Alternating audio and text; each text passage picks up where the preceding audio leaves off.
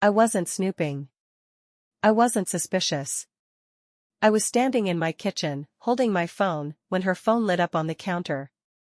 A message preview flashed across the screen. Last night was insane. I still smell you on me. For half a second, my brain refused to process it. I actually smiled, waiting for context. A joke. Spam. Something harmless. Then another message came in. Your husband almost caught us. That was close. My stomach dropped so fast I had to grab the counter to steady myself. The contact name wasn't my brother. It was a man I'd never heard of. I stared at the screen like it might change if I blinked hard enough. My ears started ringing. My hands went cold. I remember thinking, this isn't real. This can't be real. Then her phone buzzed again. A photo preview loaded. I didn't open it. I didn't need to. I recognized the hotel room. I'd stayed there once. I recognized the bracelet on her wrist. The one my brother bought her for their anniversary. I felt nauseous.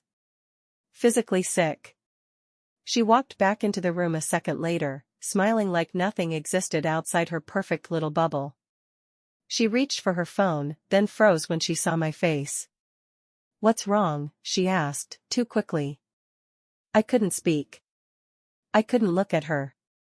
All I could think was my brother, the way he talked about her like she was untouchable. Loyal. Different. She followed my gaze to her phone. In that split second, I watched her realize she'd been exposed. Her smile disappeared. And in its place was something colder. Calculated. That was the moment I understood this wasn't a misunderstanding. This was a secret. And I was never supposed to see it. From the outside, their marriage looked flawless. Not good. Not stable. Perfect. They were the couple everyone pointed to at family gatherings. The ones our relatives used as proof that love still worked. My brother talked about her like he'd won the lottery. He'd say things like, I don't know how I got so lucky, and mean it. She played the role effortlessly. Always smiling. Always supportive. Posting curated photos online, weekend trips, candlelit dinners, matching pajamas on holidays. If marriage had a brand ambassador, it would have been her. At birthdays, she'd squeeze his hand and laugh at his jokes a little too hard. At dinners, she'd tell stories about how obsessed he was with her. People ate it up. They loved her. Even I did, or at least, I thought I did. She talked constantly about trust. About how important honesty was. She'd make casual comments about how she'd never tolerate cheating, usually when other people were around. It made her seem principled. Solid. My brother believed every word. He built his world around her. Adjusted his schedule. Defended her when she rubbed people the wrong way. He thought that was what loyalty looked like. No one questioned it. Why would they? There were no public cracks. No scandals. No obvious warning signs. They were the marriage everyone compared themselves to, which is why what I'd seen in my kitchen felt so unreal. Because perfect marriages don't have secret phones buzzing on counters.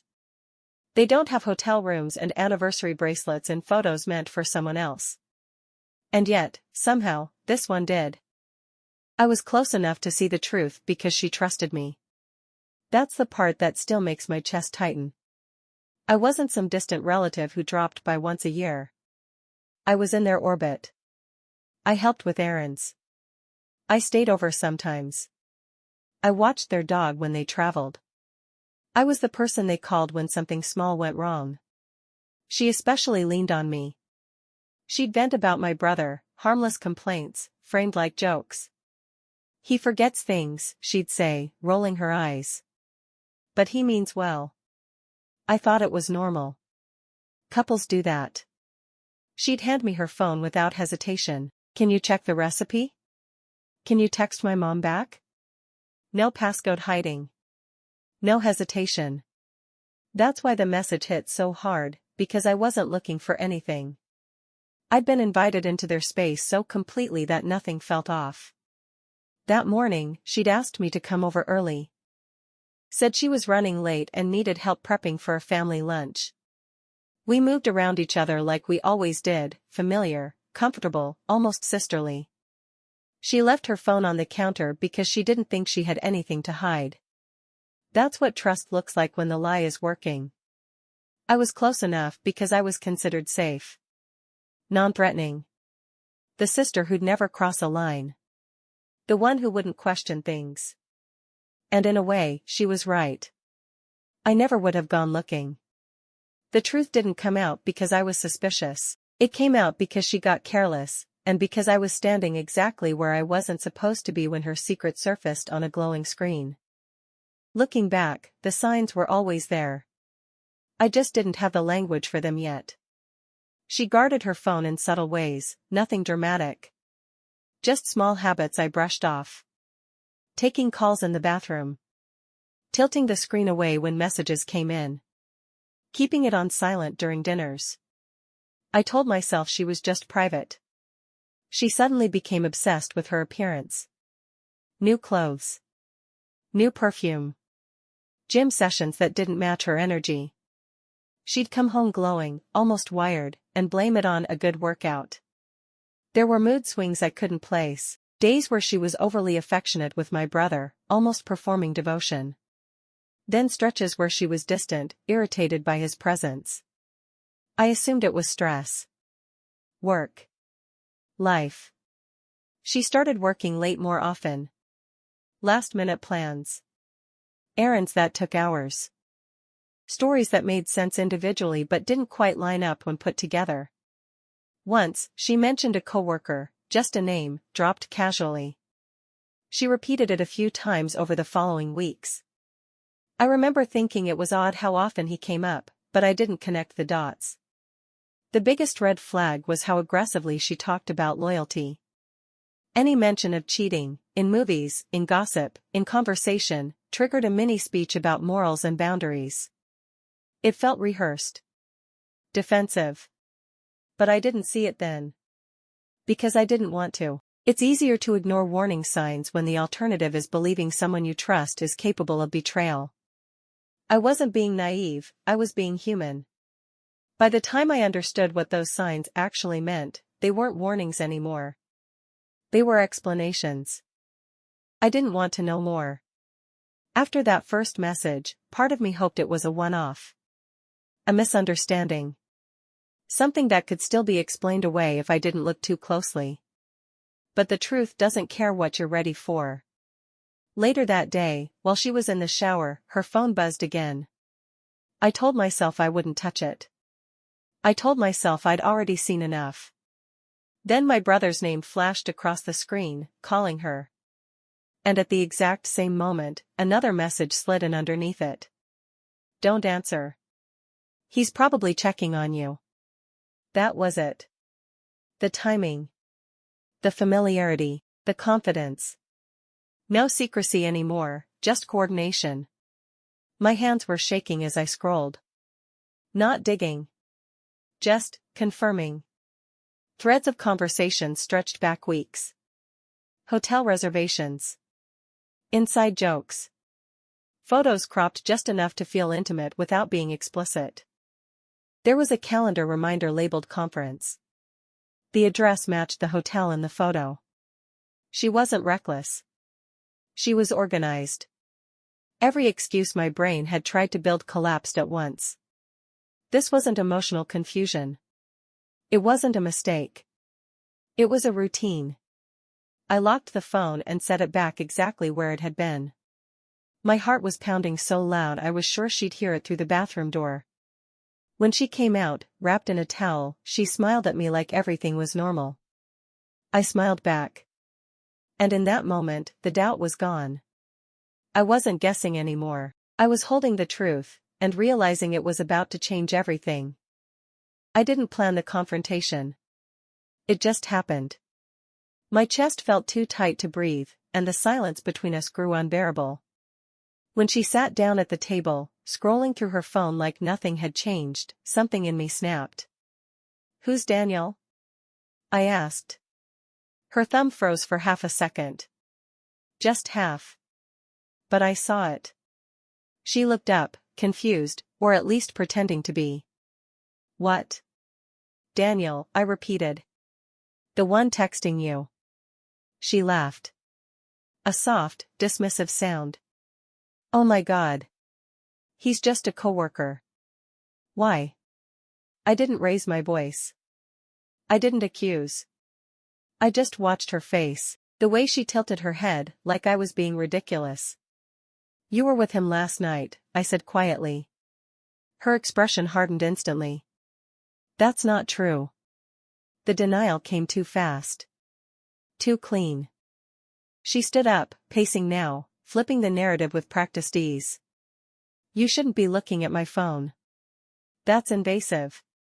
Suddenly, I was the problem. I told her what I'd seen. The messages. The hotel. The timing. She sighed, rubbing her temples like I was exhausting her.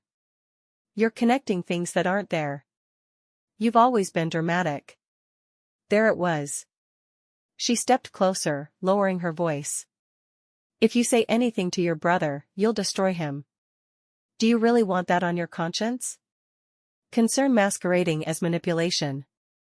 This is between us, she added. Family. I realized then that she wasn't scared I'd found out. She was confident she could control what I did with it. She didn't apologize. That's what stuck with me. Instead, she shifted tactics. Her voice softened, eyes glassy now, like she'd rehearsed this version too. You don't understand what my marriage is like behind closed doors, she said. Your brother isn't easy. He shuts down. He ignores me. I stared at her. This was news to me, and conveniently impossible to verify. She sat back down, suddenly fragile. I've been lonely, she whispered. And you know how emotional I get. You know I overthink. She wanted me to help her lie. When I didn't respond, her tone sharpened. Are you really going to blow up everyone's lives over texts you don't even understand? There it was again, doubt, planted carefully. Then came the guilt. Your brother adores you. If you tell him this, he'll never trust anyone again. You'll ruin him. She reached for my hand. I pulled back. Her eyes hardened immediately. You're not as innocent as you think, she snapped. You like drama. You always have. I realized then that she wasn't panicking, she was negotiating. Testing which version of herself would work. Victim. Wife. Family member. Threat. When none of it landed, she leaned back and crossed her arms. Think very carefully, she said. Because once you say something, you can't take it back. I didn't answer, but for the first time since I'd seen those messages, I understood something clearly. She wasn't afraid of losing my brother. She was afraid of losing control. That night, I barely slept.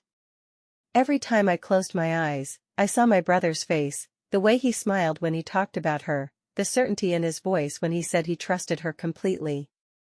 I kept hearing her words too, looping in my head, carefully designed to make me the villain.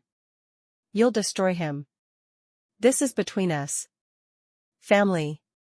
I replayed every possible outcome. If I told him, I'd be the one delivering the blow. The messenger always gets blamed first. He might not believe me. He might hate me. He might choose her and cut me out entirely.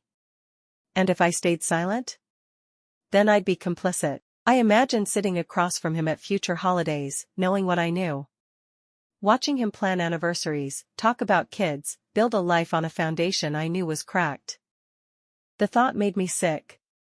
But the fear was real. Families don't reward truth-tellers. They protect comfort. They protect appearances. I kept asking myself the same question, is it my place? No matter how I framed it, there was no version where I walked away untouched. Telling the truth meant losing something, peace, relationships, the version of my family I thought I had. Silence would be easier. Quieter. Safer.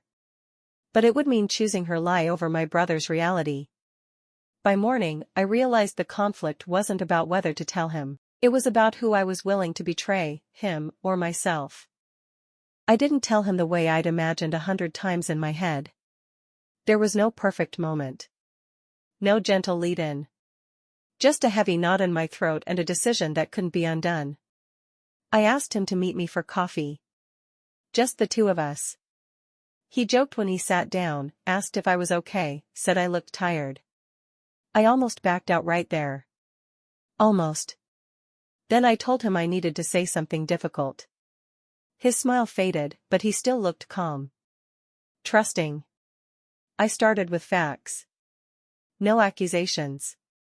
No emotions. Just what I'd seen. The messages. The hotel. The timing. He laughed once. Not because it was funny, because it didn't make sense. That's impossible, he said. You must have misunderstood. I expected that. What I didn't expect was how quickly denial turned into panic. His hands started shaking. He kept interrupting me, asking questions I'd already answered, searching for holes in the story. I showed him what I had. The silence that followed felt endless. He stared at the screen, then at the table, then back at me. His jaw tightened.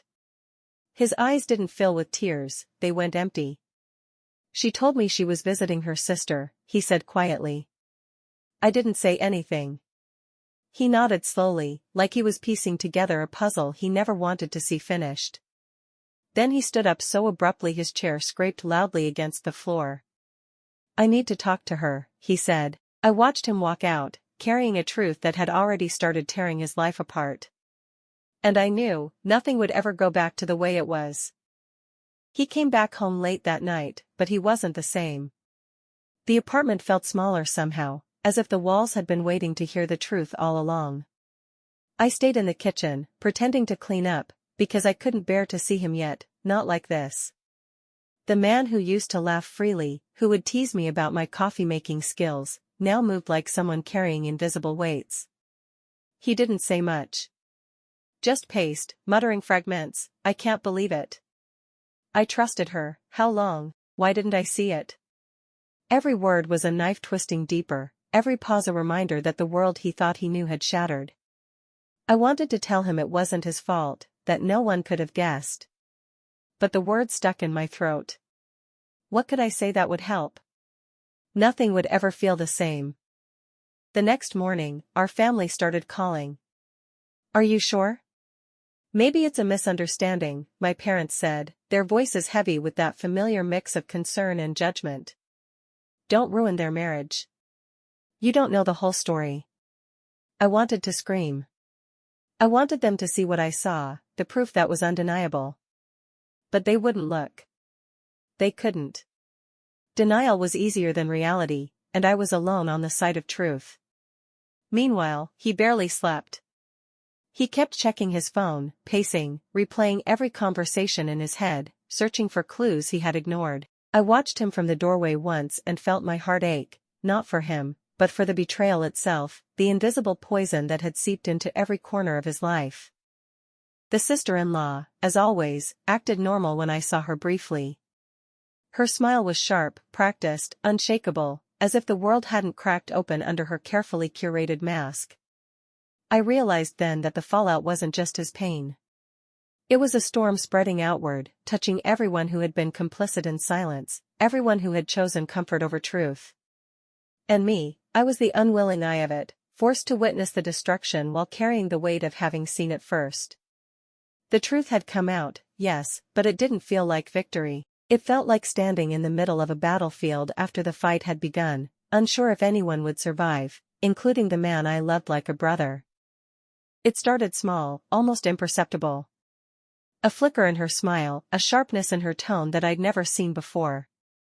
At first, I thought maybe it was my imagination, my mind trying to justify everything, but then the cracks grew impossible to ignore. She wasn't just hiding behind a perfect facade, she was calculating, and for the first time, her real self bled through. During family brunch, she laughed too loudly at a joke that wasn't funny, her eyes scanning for validation. When my brother walked in late from work, her charm faltered for just a second, an almost human slip, but she quickly masked it with a rehearsed hug. I watched him smile, oblivious, and my chest tightened. He still didn't see it. Then came the phone call I overheard in the kitchen. Her voice was cold, clipped, commanding. She wasn't the sweet, understanding woman everyone adored, she was manipulative, sharp, and ruthless. She barked orders to someone I didn't recognize, laughed cruelly at their protests, and ended the call with a confidence that made my skin crawl. That same confidence she had when she thought she could control everything, including my brother's life. Later, she cornered me under the guise of concern. "Are you sure you understand what you're seeing? You don't want to ruin everything," she said, her tone soft, almost seductive, but her eyes were icy. Her calmness was deliberate, meant to intimidate, to make me doubt myself.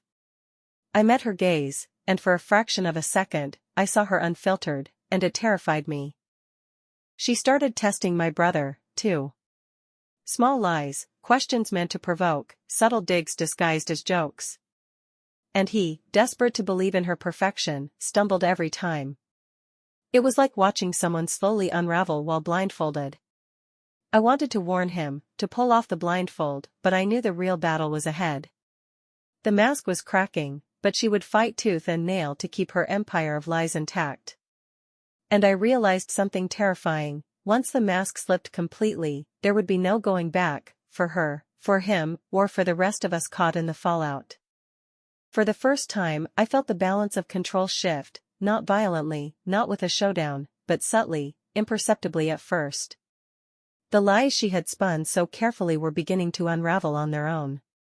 A misplaced message here, a contradictory story there, a slip of the tongue that betrayed the image she had cultivated for years. And suddenly, I wasn't the one questioning myself anymore. Suddenly, the world had started to notice her cracks. It began with my brother. He stopped brushing off my warnings, stopped rationalizing every suspicious detail. He asked questions, pushed for clarity, and even apologized for doubting me before. His eyes, once clouded with confusion and denial, now carried a weight of awareness. I could see him piecing together the puzzle with a sharpness I hadn't witnessed before. Family gatherings became tense. People who once told me to stay silent now sought my perspective quietly, in hushed tones. "You might be right," one aunt muttered under her breath, glancing at the sister-in-law with an unfamiliar unease. I thought I was imagining things. That moment, fleeting as it was, felt like vindication. I wasn't crazy. I wasn't jealous. I had been carrying the truth all along. And then came the moments that truly tipped the scale. The sister-in-law, confident and polished, began to falter. Her stories didn't align, her charm grew strained, her carefully maintained calm slipped into irritation and frustration. When she tried to gaslight me openly, it no longer worked. I spoke calmly, firmly, backed by facts and observations that couldn't be denied. For the first time, she hesitated, recalculated, and I could see the mask waver. It wasn't about defeating her. It was about integrity, about the truth finally reclaiming its place. With every small victory, every subtle acknowledgement of reality, my credibility grew, not through loud confrontations, but through quiet, undeniable evidence. And in that quiet power shift, I realized something profound. Sometimes, the strongest leverage comes from simply standing firm while the lies collapse on their own. The battle wasn't over, but the tide had turned. And everyone, even her, knew it. Once the cracks became visible, the fallout was unavoidable. Family dynamics shifted like tectonic plates after an earthquake. Conversations that had once felt comfortable now carried an undercurrent of tension, suspicion, and silent judgment. People who had previously dismissed me as overreacting now approached cautiously, some even apologizing for their earlier doubts. The sister-in-law, once untouchable, began to feel the weight of scrutiny in every glance, every whisper, every unguarded moment. Her reputation, carefully curated for years, started to crumble. Friends who had admired her charm and grace began to notice inconsistencies, rumors, and contradictions. Invitations she used to take for granted were quietly rescinded. Even within the family, her allies hesitated, unsure whether to defend her or protect themselves from association. Every smile she forced, every polite remark she made, now carried a subtle tension. The mask was still there, but it was thinner, fragile, and no longer convincing. My brother's world, however, was the hardest hit. Trust shattered not only for her, but in how he viewed relationships, people, and even family. He leaned on me more than ever, seeking clarity, validation, and support. I became a reluctant pillar, guiding him through decisions, witnessing the way his heartbreak reshaped his interactions with everyone around him. For the first time, he saw me not just as a sister, but as someone who had carried truth when everyone else had chosen comfort over honesty. Meanwhile, I learned the subtle yet profound effect of standing firm. Silence had protected her for years, but speaking, even reluctantly, had changed everything. I didn't feel triumphant, the emotional cost was high, and the damage irreversible. But the truth had a gravity all its own, and once revealed, it altered relationships, priorities, and perceptions in ways that could never be undone. Family gatherings would never be the same, but in the chaos, a strange clarity emerged, loyalty to truth outweighed the illusions we cling to, and integrity began to outshine deceit, even in the smallest, quietest moments. The days that followed were quiet, but the quiet was heavy with change. My brother began the slow, painstaking process of rebuilding his life. He canceled plans he didn't want, deleted contacts that reminded him of betrayal, and started setting boundaries he had never considered before. There was a new focus in his eyes, not just grief, but determination. Each small decision, each refusal to be manipulated again, was a brick in the foundation of a life being rebuilt from the wreckage. The sister-in-law, in stark contrast, was unraveling. The control she had relied on for years, over my brother, over family perception, over every narrative, was slipping through her fingers. Her carefully polished mask cracked further with every failed lie, every exposed contradiction. I noticed it in subtle ways. Her laughter now sounded forced, her eyes darted with unease, and her words carried an edge of desperation. She had been untouchable for so long, but no one was blind anymore. Her charm no longer protected her. Family members started taking sides, but the dynamics had shifted. The silent approval she once received had evaporated. Even those who had stayed neutral were wary, sensing the instability that clung to her. Meanwhile, my brother leaned on honesty and transparency, slowly regaining the respect and trust that had been overshadowed by deceit. People who had doubted him now admired his resilience. I, too, felt a strange sense of closure. The role I had been forced to play, the one who saw the truth when others refused, was draining, but it had shifted the balance. I wasn't just the observer anymore, I was a participant in the restoration of integrity. Watching my brother reclaim control, reclaim dignity, was bittersweet. The cost had been high, but the lesson undeniable: the truth has its own momentum, and those who try to suppress it eventually lose the illusion of power. By the time she realized it, the game was over. The sister-in-law had lost her grip on everyone she thought she could manipulate, and my brother was quietly, steadily, becoming whole again. And in that aftermath, I understood the true weight of loyalty, silence, and the courage it takes to uphold truth when it matters most. Looking back, I realized the hardest part wasn't discovering the betrayal. It wasn't even the confrontation, or the storm of family judgment that followed. The hardest part was carrying the truth alone, knowing that silence could protect the wrong people while leaving the innocent in the dark. Every time I hesitated, worried about being accused of jealousy, drama, or overstepping, I felt the weight of complicity. Silence, I learned, isn't neutral, it's a choice, and sometimes it chooses the wrong side. Truth has a strange power. It doesn't always feel immediate or satisfying. It can be messy, painful, and even isolating. But over time, it reshapes the landscape. My brother, though wounded, is stronger, more discerning, and more resilient because he faced reality instead of living in comforting illusions. The sister-in-law, with all her cunning and charm, was stripped of the facade she relied on.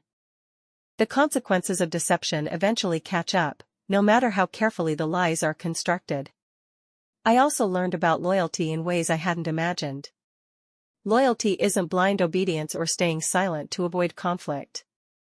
True loyalty is standing for what's right, even when it's uncomfortable, even when it makes others uneasy. Being the person who witnesses the truth and acts on it, however imperfectly, is sometimes the most difficult, but also the most vital, role you can play. Family dynamics may never return to what they were, and relationships are forever altered, but there is clarity in integrity. I've learned that silence may protect appearances, but it rarely protects the innocent. And in a world where deception can hide behind smiles, charm, and carefully rehearsed words, courage, the courage to speak, to act, and to uphold truth, is what ultimately restores balance. In the end, the lesson is simple but profound: truth matters, loyalty matters, and silence, when used to shield wrongdoers, is never neutral.